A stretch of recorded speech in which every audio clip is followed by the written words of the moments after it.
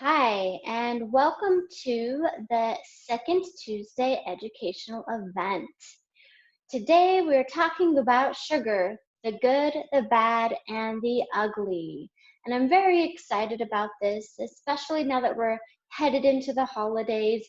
We need some real strategies and just to get real and honest about ourselves with sugar.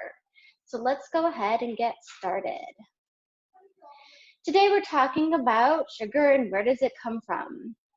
The breakdown process, sugar, the good things about it, the bad things about it in today's culture, and the ugly side of cravings. Now, all of this is really good information, but the most important is strategies. How do we kick sugar cravings, especially now that we're getting into the holidays? How do we survive? All right. So let's just talk about sugar in general. It's essentially a carbohydrate. It's a macronutrient. It's part of the macronutrient family of protein and fat. It provides the body energy, and it is found in all plant and dairy foods. It provides energy, like I said, to the whole body, but it's the only source of sugar that the brain uses is glucose. And so we're going to talk about glucose here in a second. Okay, so what is glucose? All right, well, it actually comes from plants. When water and carbon dioxide communicate with the sun, it converts into glucose plus oxygen. So you get something called radiant energy. And it's this really beautiful chemical conversion that happens. And so I think it's the story of glucose, the story of sugar, the beginning of it is quite beautiful, actually.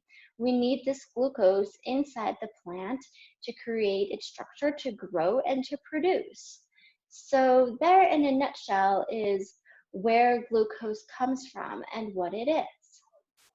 All right, now glucose itself is a single molecule that we call a monosaccharide, and it is made up of carbon, hydrogen, and oxygen.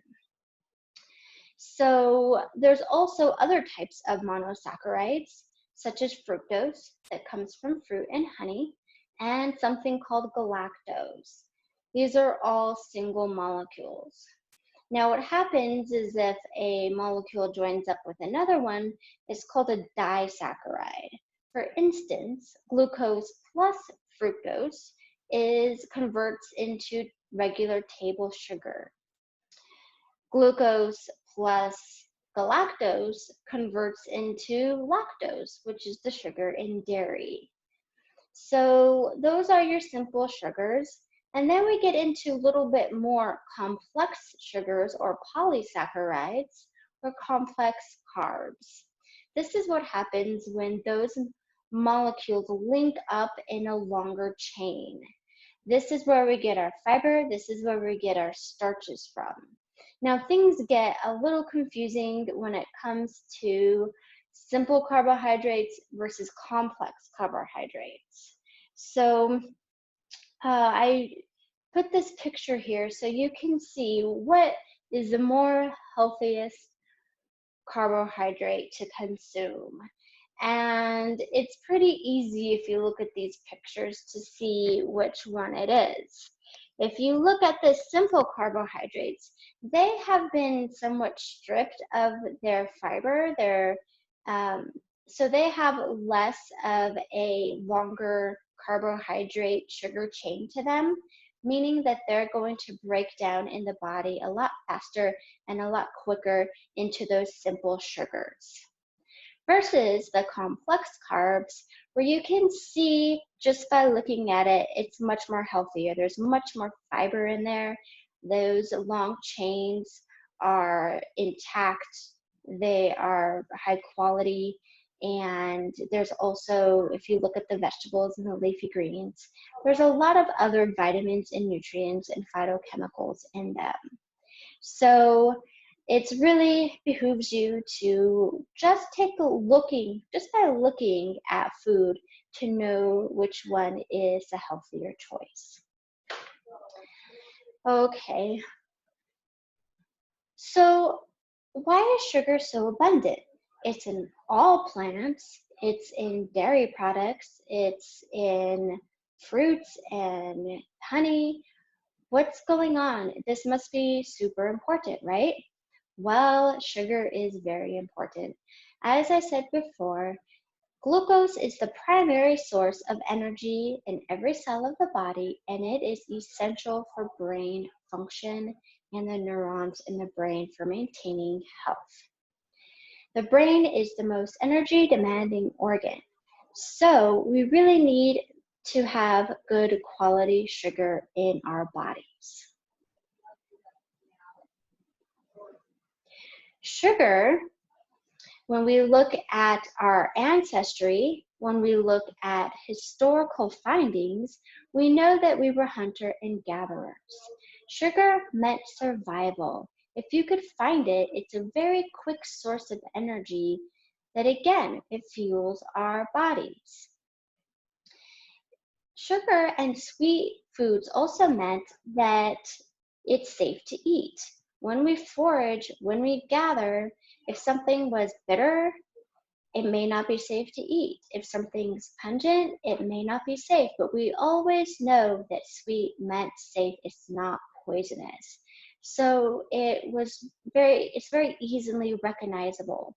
So it's very much an innate part of our body to go and seek out things and foods that are sweet. Um, and and as I said before, it's for energy.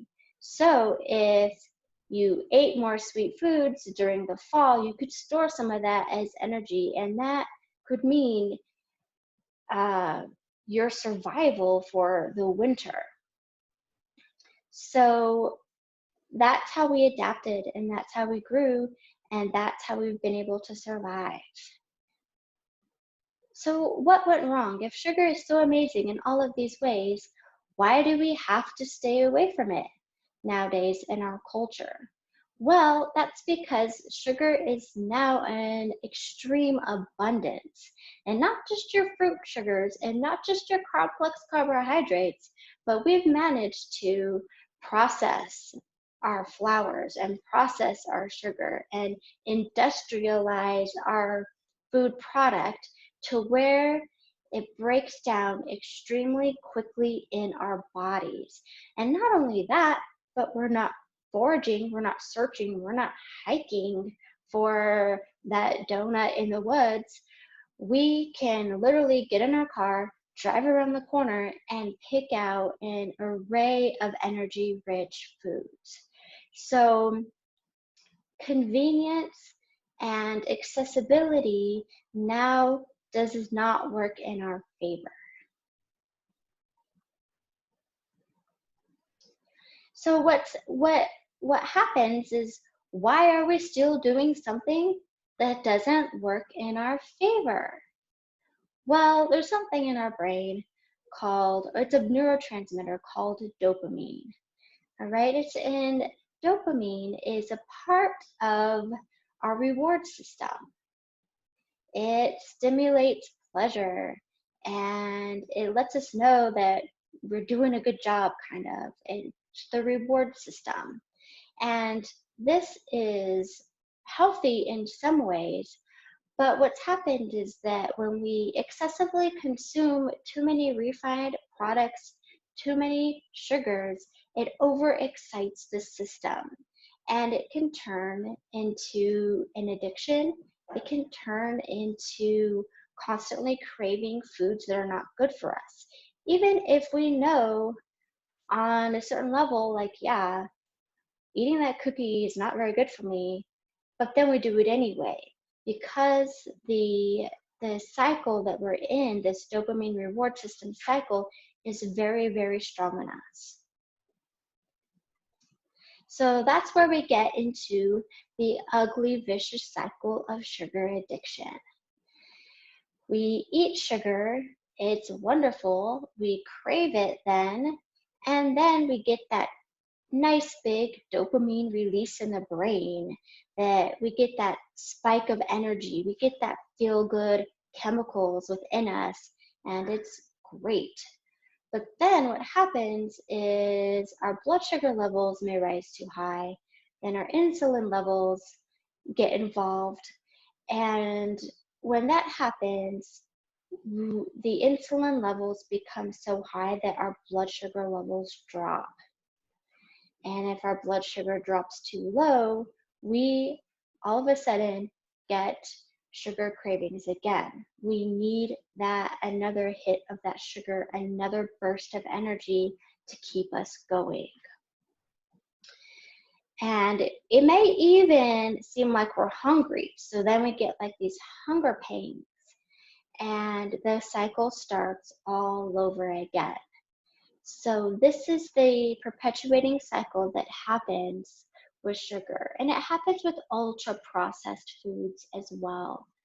So, okay then, what are the consequences of overactivating that dopamine reward system? Well, kind of like what I said before, you get the cravings, and it could lead to a loss of control, or at least a sense of loss of control. It can lead to increased tolerance to sugar.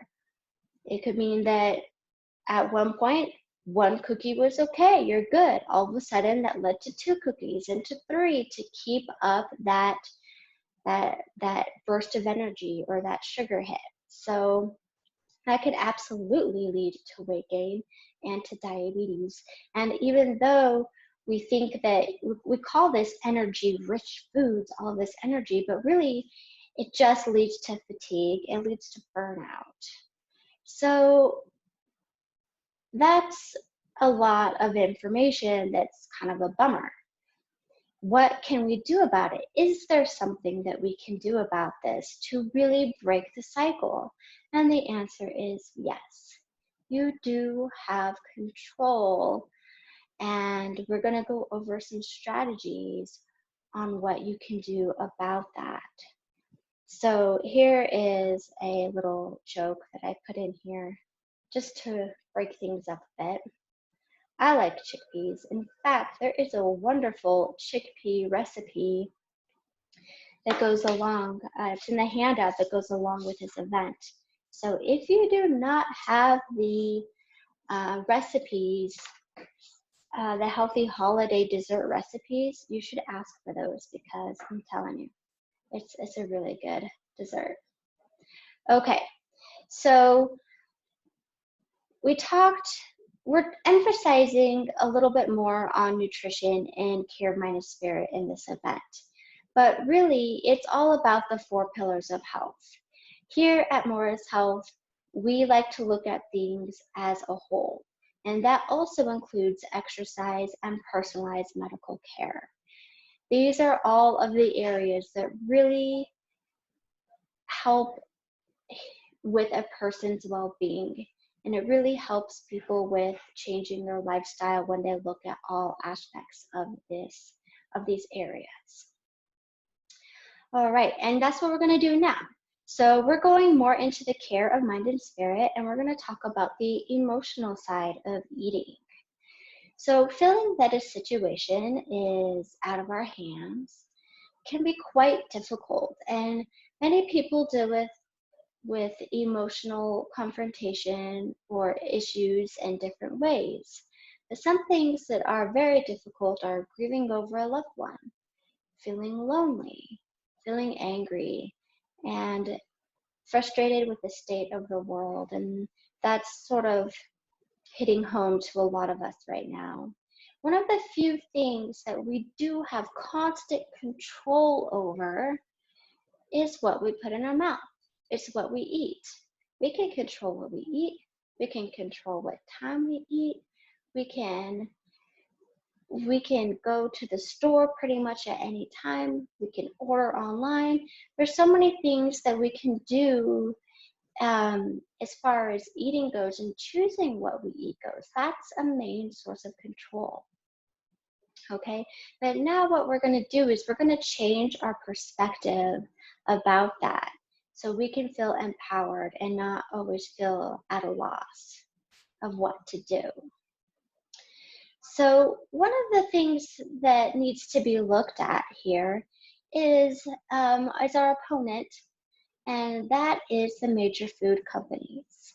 They are extremely aware of the personal connection between emotion and food.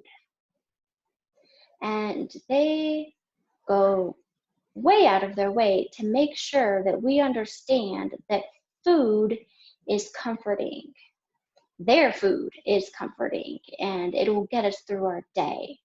All right, if you are not feeling so good and you run across a sign that says good mood food, oh man, I'm gonna be in a good mood. I might stop there and grab a sandwich. Or if you feel like that things haven't been going your way lately, and Burger King has the best slogan, have it your way. You have the right to have what you want exactly when you want it, because on the menu of life, you are today's special. They're gonna make you feel really special. Order their hamburger and you will be special. So these are the things that we really need to look out for, because we're inundated with commercials, with consumerism, and it's constantly telling us mixed messages, even when we know that we're supposed to be eating healthier. So let's talk strategy. Linking our emotions to our actions, linking our actions to our emotions. So what I've noticed is that everybody has a story. In fact, pretty much every time we eat, we tell ourselves a story, whether that's subconscious or not. Stories from our childhood. Or sometimes we eat so we don't have to listen to our story. So we don't have to deal with difficult emotions. So one of the things that I would like you to do is take some time for yourself and figure out what your food story is. It's there if you listen to it. What's kind of beautiful about going into the holidays is that our stories tend to be amplified.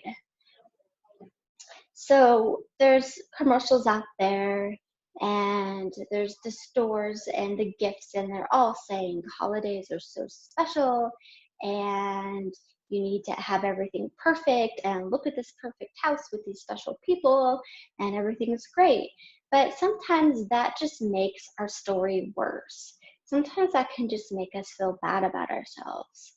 So we got to really think about our stress. Do you eat when you get stressed? Do you not eat when you get stressed? Do you not want to cook healthy because it's just you and maybe nobody cares? These are all stories that we tell ourselves. Or, yeah, I'm going for that second glass of eggnog because it's the holidays and gosh darn, I deserve it. Okay? There's a new one out there, the COVID-19 holiday. And I know that it's easy to fall into this trap, but this is a story. I don't have any willpower, or gosh darn it, healthy food just doesn't taste good and I'm not going to do it. So these are the things that we tell ourselves, and these are very, very short examples, but really they can be kind of long and complicated and deep-seated. So what do we do then? How do we understand when this is happening to us? How can we get out of this cycle, out of this way that we talk to ourselves? Well, one of the best ways is journaling. It automatically puts you into a self-reflective state of being. So putting that pen to that paper, even if you don't write, maybe you doodle, maybe you just sit there with the pen and the paper. It doesn't matter. It's automatically putting you into a different space in your head. But writing and doodling does diffuse emotions. It can bring better understanding and awareness to yourself. And it can start at fairly quickly changing your mindset. When you do write something and then you read it, you're reading something about yourself, and then you can look at it from a different perspective. So it's amazing to do, and I really hope that everybody has some sort of journal that they can access and use it as a tool. So next is breathing. Again, it automatically puts you into this state of reflectiveness, this groundedness. You have to be with yourself. Breathing enhances clear thinking. It can absolutely calm the body and the mind, and it is extremely nourishing. So I do have a breathing event. It is on the Morris Health YouTube channel, and I encourage everyone to check it out. If you have already checked it out, look at it again. There are some wonderful breathing techniques and tools in there. And there's also an amazing handout. So if you need the handout, call the office and we'll get you one. Okay, back to journaling. Here are some prompts. In fact, what's actually great about these prompts is that this is not just for your journal. You can ask yourself this at any given time. What am I feeling right now? Are you truly feeling hungry? Are you just wanting to eat something because you're bored? There's a lot of things that go into that. How would I feel if I ate this food? Okay, I ask myself this one a lot. How would I feel afterwards? Will this give me the energy that I need to sustain myself until my next meal? Or is this just something frivolous and I'm bored and it's there? So and if I ate it, would I feel good about myself, or would I be like, gosh darn, I ate it, it was okay, but really I shouldn't have done that. So how would you feel if I didn't eat this food? So oftentimes when you say no to junk food, you will feel better about your decision. My favorite is, how is this helping me? It's quick, it's easy. You can ask yourself that at any time. And of course, journaling if you want to go deeper into the emotional aspect of it. But even just asking yourself, how is this helping me right now, is amazing. Listen to your body.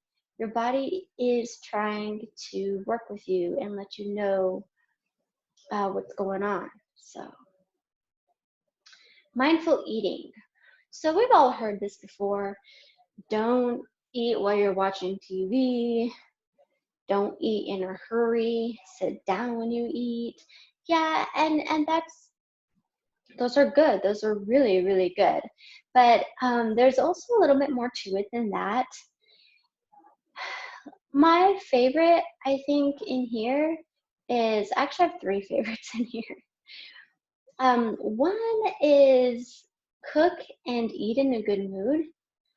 And I know that sounds kind of interesting, like, oh, great. Now not only do I have to cook, but now I have to be in a good mood to cook. Like, come on, that's a tall order. So what I like to do is I put on music. It's not soft, relaxing music. It's more upbeat music, kind of gets me in the mood. And I love to set the table. Actually, my son sets the table for everybody. And then I try to get myself into this space. Like, yeah, I'm definitely cooking some really good home cooked meal right now. And when I approach making food in that way, it definitely changes the attitude, it changes the experience, and it changes how I feel about making my next meal. Because if I had kind of a good time doing it, then next time I'll think, oh yeah, I like cooking. And then it kind of goes from this begrudging, I don't know what to do this, I don't know what to make, to, all right, let's get into the mood. Turn on some music, dance while I'm stirring. I mean, whatever it is for you. So feel the taste of your food. That's nice. Sometimes we just eat we kind of chew maybe a little bit and then we go on our way. But to really be present again is really where it's at. And I guarantee you, if you start to really chew your food like really well and be present with it, you will automatically start liking real whole foods better because you can taste the chemicals in overly processed, ultra processed foods, especially from fast food. You can taste that weird oily chemical stuff on French fries. Um, it doesn't taste good. Sometimes it doesn't even smell good. So really be present with your food and you will automatically start to prefer whole foods. It just has this certain aspect to it that just feels really wonderful. Okay, balanced meals help reduce cravings. Absolutely. Do not skimp out on meals. Have a meal. And the reason why I say that is because if you're trying to lose weight and you get yourself a small little salad to eat and it is not nearly satisfying enough or have its fiber and its protein in there, then you're going to be hungry an hour later. And if there's nothing around, you're absolutely going to reach for something sweet because you need that energy pick me up. You need all of a sudden that boost of sugar to get through the day. So, balanced meals is an appropriate amount of healthy fat, an appropriate amount of protein, and lots of vegetables, lots of fiber, water, and that is satiating, and it will get you through the day. That'll get you through your next meal without looking around for something to eat. Okay, so what about sugar and fruit? There is no added sugar in fruit. That is all natural. Fruit contains a lot of fiber, minerals, antioxidants, vitamins, and it really is sort of the dessert that you should be looking at as far as I want something sweet. You want something sweet, it should be, oh, let's grab an apple or let's make a fruit dessert dish, a fruit based dish.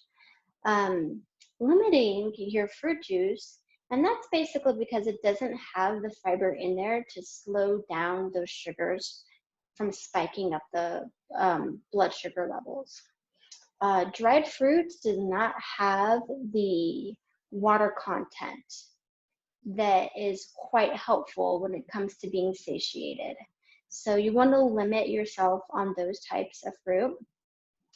And then also people that are diabetic should also be watching the portion control of their fruit.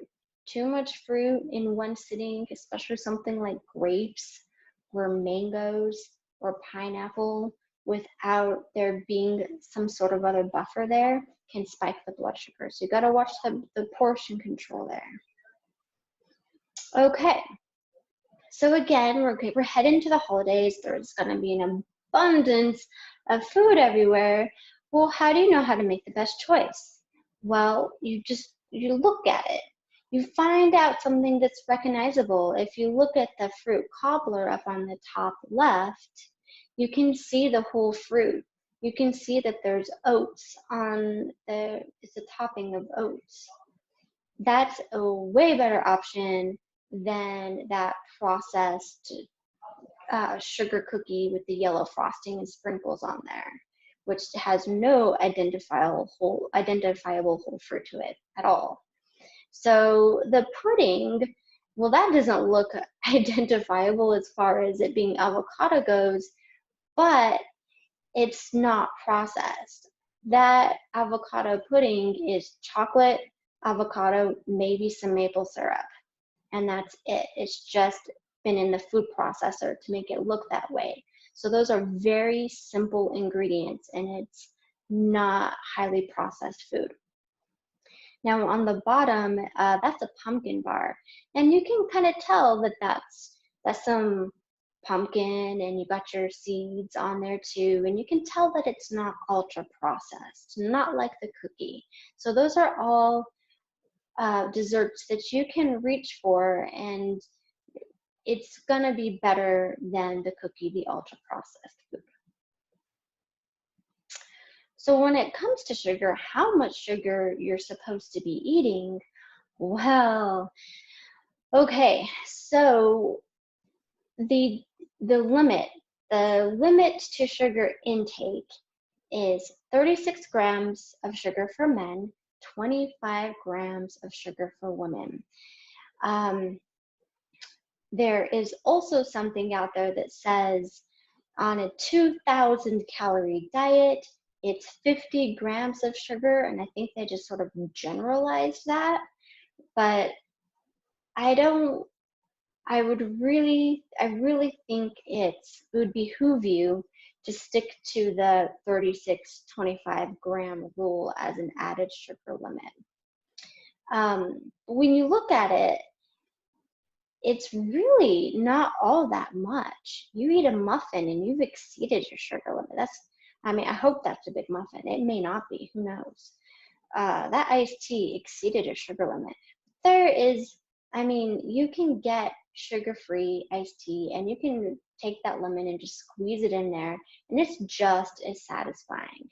It may not be the first time, your taste buds get used to it. There's no reason why you have to have 40 grams of sugar in your tea. Well, what about other sweeteners, the non-caloric sweeteners? Well, here's the thing though, is that these artificial sweeteners do not help with adjusting your taste buds because they are still super sweet. So your brain still thinks super sweet, and it'll still go into that dopamine sugar cycle. It still does this even though it doesn't have any calories to it. So some of the artificial sweeteners will cause GI stress. Absolutely. It does not offer the same health benefits as whole foods do. Okay, it's not even comparable to fruits and to vegetables. And there is an excellent article by Dr. Greger that talks about these added artificial sweeteners and what it does to your body. Okay, so the point is to get a taste for whole foods, get a taste for natural fruits. And even though these artificial sweeteners try to trick your body into thinking that it's not getting sugar, it doesn't work. Okay, so this is what you're looking for. You're not looking for a packet. You're not looking to try to bypass. You're not looking for some tricky way to bypass all of this. It's really plain and simple. You want your grains, your whole grains. You want your healthy fats. You want your proteins in there, healthy proteins like the salmon and the lean turkey and chicken. Okay, so this may sound overwhelming, but I'm telling you right now that at any moment you can say to yourself, this is not how my story is going to end. You can change. You can absolutely change your taste buds. You can change your choices. So this is where we get into the 30-day sugar-free challenge. That starts October 19th. So if you're listening to this before October 19th of 2020, then you can sign up for the sugar challenge. All right, and I also just want to put this out there that anytime you go to the store, you have power. It's easy for people to think that they cannot control what's going on in the world, but you can absolutely control some things. You can control how you feel. You can also control what you buy. And voting for whole foods, voting for organic foods, that's what you do every time you go to the grocery store, or every time that you go through a fast food joint, you are voting for that fast food. Every time you buy organic broccoli, you're voting for organic broccoli. And believe me, there's people up in the higher up of all the agriculture business and in the food production business, and they are looking at that. They know what people buy because they want to be the ones to provide what people want, right? So the more you choose organic, the more you choose natural whole foods, there will be better opportunities for you to get those foods the way that you want it. And that is wonderful power. That's great to know that we are that powerful that we vote all of the time for the things that we want. So I'm just going to leave you with that. I hope that you enjoyed the presentation. You can absolutely email me, call the office if you have any questions about going sugar-free or any questions about the added sugar and the daily intake sugar limit. I am here for you, and I hope that you enjoyed this presentation. Thank you.